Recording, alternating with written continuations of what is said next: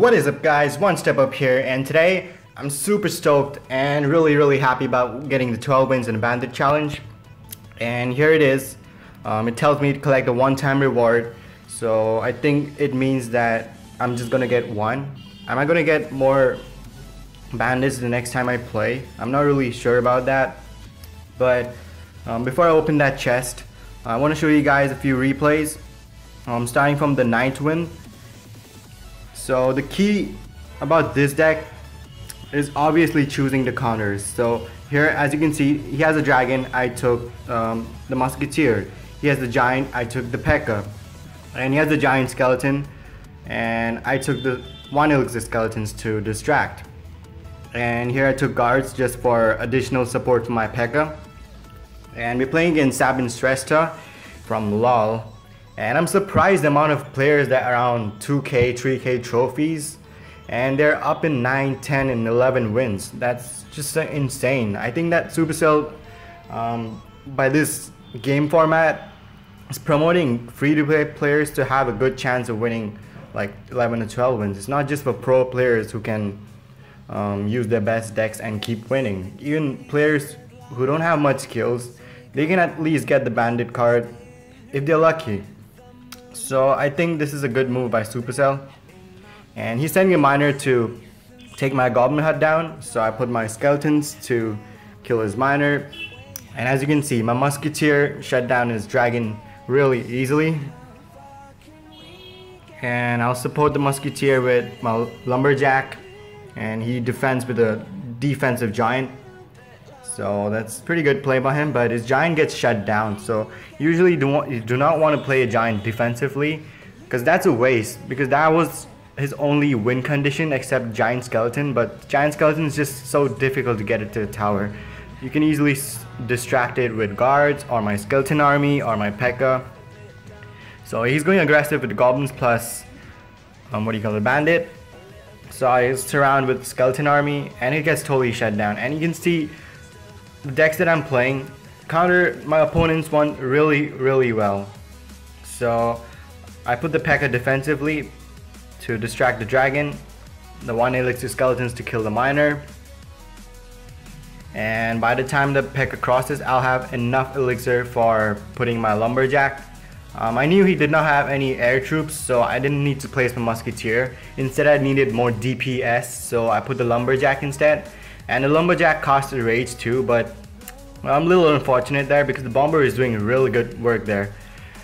So again, I'll put my musketeer to kill his bomber plus bandit. Guard surrounded on that bomber. And up till now, he's still up on damage. I'm still trying to figure out how to get through that defensive giant. So he's gone to the giant skeleton plus his giant. So I have both my counters there. Both those cards counter the giant skeleton plus that giant really good. So every time the giant skeletons explode, all my troops just like vanishes. So for some reason this guy tried to switch lanes, and that was really good because you can see those goblins doing so much work. My tower is already down to 841, and at this point I got so nervous. I was like, what? I had all the good counters to his deck. How did I do that bad against him? So I'm not too worried about the giant skeleton in the right side. So I'm trying to concentrate and focus on the right side. And here I missed the rocket. I was predicting something else on that spot, but that was a bit of a misplay. So the P.E.K.K.A. I think manages to get almost one swing. He didn't even get one swing, but the lumberjack is doing work along with those goblins plus musketeer, and that seals off the game even though I was down on my left tower. So now let's watch the 10th win game. We're playing against Razor79 with Noah as Pena.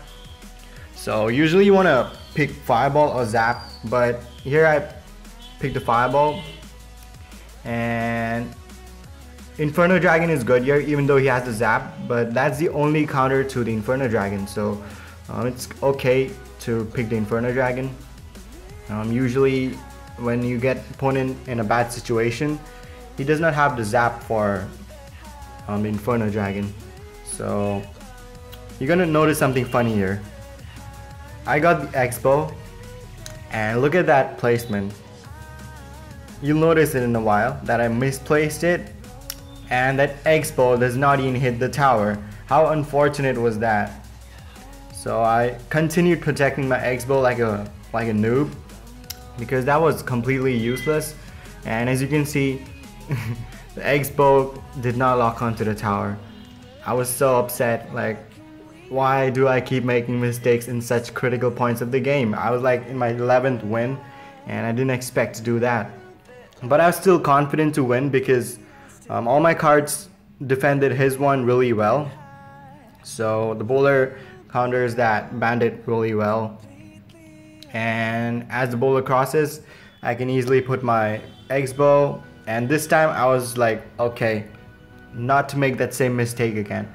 And I'll tank for my bowler with my Ice Golem, archers to kill that prince, and my X-Bow is at full health. So he's confused what to play. He plays his Valkyrie, and now I can play my Goblin Gang behind. So it shuts down his Valkyrie really well, and the X-Bow finally locks onto the tower. And I'll leave that alone because all my other troops are like 4 elixir, 5 elixir, and the princess is not a card to play to defend the X-Bow.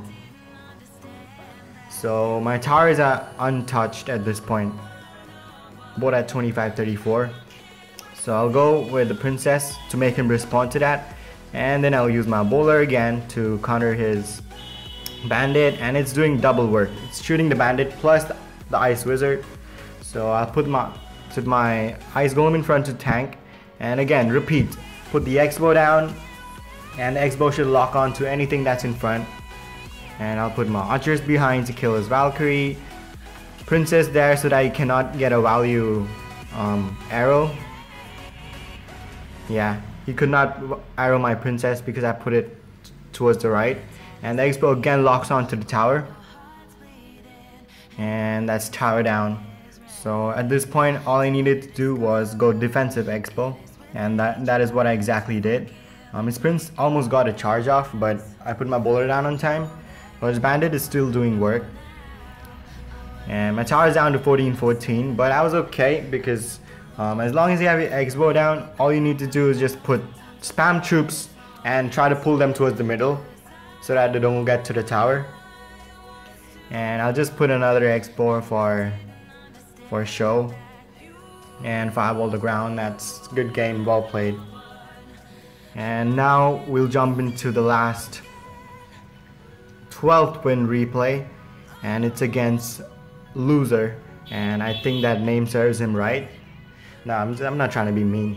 He played really well, but as you can see, if you have the Royal Giant, definitely pick that. You have the Graveyard, pick that. You have the Bandit, pick that. So as I saw that he has a Prince, so the Prince can be easily countered by the Barbarians, but he has a Fireball, so that's a hard counter to the Barbarians. But that's alright. I still have my Sparky too. I'll try to split Barbs behind and go Goblins to pull that Prince. Bandit countering that Prince pretty well. So here I'll go aggressive Graveyard, I think, because the Barbarians have quite a good amount of health, and the Bandit was successful in taking out that Princess. So wow, that's a good zap by him. Avoided a lot of damage, but there's one Barbarian towards the right doing a lot of damage. So his tower's already down to 1739, and my towers are untouched again. So the witch was kind of sacrificed. I could have taken that damage, but this was my 12th win. I couldn't take that much risk. So I'm behind on elixir, like 3 elixirs. But I have Barbarians now to counter everything that he plays. So I think Barbarian should shut down his Ice Spirit, his Lumberjack, and his Princess easily. So that's a positive elixir trade. And I'm not sure why he keeps sending his Prince alone. He knows I have the Goblin. Why would he do that? So you can place the Bandit a bit behind so that he has the charge. So the charge just does around 300-400 damage. And now I finally revealed my giant, my Royal Giant. And it gets around 2 or 3 hits, and that's pretty okay, not that bad. And again, my tower is still untouched, and he's giving me angry face. So he plays his princess. That's a good spot to play his princess because my witch cannot hit his princess. That's out of range. And you can see my hand right now, really bad. I had to use my barbarians to counter his princess, but now he has to respond to that too. So I try to go aggressive on that side. Even though my left tower is more on damage, I went for the right side just to apply some more pressure. I had my troops there. I didn't want to just let it go and wane, so I put my goblins here to distract the prince. Bandit got wasted. It hit the 1 elixir skeleton and it got completely wasted, but my Sparky is going, and I think I'm gonna just ignore that. Yeah, the wizard just one-shots it. I'll go immediately with the giant and the graveyard, and as soon as the wizard locks onto my tower, I'll put my goblins. And I was confident that wizard plus lumberjack would not take my tower down. So 5 seconds left in this game. All I had to do is defend, and that's a good game, well played. That was my 12th win. Now we're gonna head towards opening the chest and see my bandit. So here it is, one-time reward, collect, open, collect.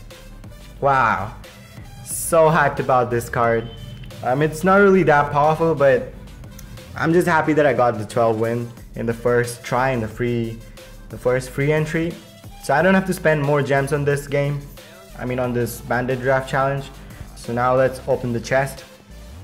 11,000 gold, that's crazy. 26 goblin gang, 27 archers, 51 elite barbs, 57 arrows, 18 battle rams, 129 goblins, 200 royal giants, 37 furnace, 5 dark prince. Okay, I've got a lot of new cards, but I didn't want that dark prince because that's a stupid card. So I hope you guys learned something from this video, and stay confident, don't stress out, don't be nervous about playing this game. This game is all about luck. Draft challenge is about luck, and that's the simple reason why low level players are able to get to 10, 11 and 12 wins. Anyone can be a winner. If your deck favors you, you're gonna win, but your part of choosing the cards, that's even more important. So if you do that right, you're gonna get 12 wins. And I hope you guys enjoyed this video too. Please don't forget to hit the like button, comment down below if you need any other help, and I'm OneStepUp, and I'll see you guys in the next video. Peace.